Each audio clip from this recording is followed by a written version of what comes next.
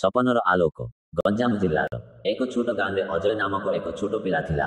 ସେ ଛୋଟବେଳୁ ପଢ଼ାରେ ଭଲ ଥିଲା, କିନ୍ତୁ ପରିବାରର ଅବସ୍ଥା ବହୁତ କଷ୍ଟକର। ବାପା ଦିନକୁ ଦିନ ମଜୁରୀ କରିଥିଲେ, ମା ଗାଁରେ ଲୋକଙ୍କ ଘରେ କାମ କରୁଥିଲେ। ସେଥିରେ ଅଜୟଙ୍କ ସପନ ବଡ଼ ହୋଇ ଏକ ଡାକ୍ତର ହେବା। ଗାଁରେ ଲୋକେ ହସୁଥିଲେ, ଗରିବ ପିଲାମାନେ ଡାକ୍ତର ହୋଇପାରନ୍ତି କି? କିନ୍ତୁ ଅଜୟ ନିଜକୁ କହୁଥିଲା, ସପନ ଦେଖିବାରେ କାହାର ରୋକାଣି ନାହିଁ, ସଫଳ କରିବାକୁ ପଡ଼ିବ।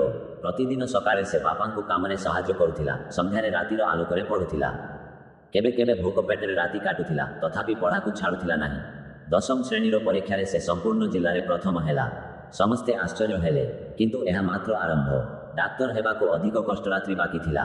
କଲେଜରେ ଭର୍ତ୍ତି ପାଇଁ ଟଙ୍କାର ଅଭାବ ହେଲା। ବାପା ନିଜର ଜମିଟାକୁ ବିକିଦେଲେ, ମା ନିଜର ସର୍ବଶେଷ ଗହଣାଟିକୁ ବନ୍ଧକ ରଖିଦେଲେ। ଅଜୟ କାନ୍ଦି କାନ୍ଦି କହିଲା, ଆପଣମାନେ ଏତେ କାହିଁକି କରୁଛନ୍ତି? ମା କହିଲେ, ବାପାଙ୍କ ସପନ ପାଇଁ ବଳିଦାନ ଦରକାର। ଆମର ସଂଘର୍ଷ ତୁମର ସଫଳତା ହେବ। ସହରରେ ପଢ଼ିବା ସହଜ ନଥିଲା। ଭାଷାର ସମସ୍ୟା, ଟଙ୍କାର ଅଭାବ ଏବଂ ଏକାକୀ ଜୀବନ, ସବୁଥିରେ ସେ ହାରିବାକୁ ଯାଉଥିଲା। କିନ୍ତୁ ପୁଣି ଥରେ ଗାଁର ବାପା ମାର ମହମନିଷ୍ଠାକୁ ମନେ ପକାଇଥିଲା। ସେଥିପାଇଁ ପୁଣି ଆଗକୁ ବଢ଼ୁଥିଲା। 5 ବର୍ଷ ପରେ ଅଜୟ ସଫଳତାର ସହିତ ଡାକ୍ତରୀ ପଢ଼ା ସମାପ୍ତ କଲା।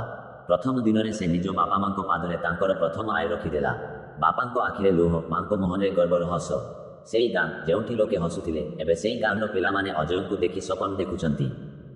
ଜୀବନରେ କଷ୍ଟ, ବାଧା, ଅଭାବ ସବୁ ଥିବ, କିନ୍ତୁ ଯେଉଁମାନେ ସପନକୁ ଆଲୋକରେ ପରିଣତ କରିବାକୁ ସାହସ ରଖନ୍ତି, ସେମାନଙ୍କୁ କୌଣସି ଶକ୍ତି ରୋକିପାରେ ନାହିଁ। ଭିଡ଼ିଓଟା ଯଦି ଆପଣଙ୍କୁ ଭଲ ଲାଗିଥାଏ ଭିଡ଼ିଓକୁ ଲାଇକ୍ କରି ଚ୍ୟାନେଲକୁ ସବସ୍କ୍ରାଇବ୍ କରିଦେବେ।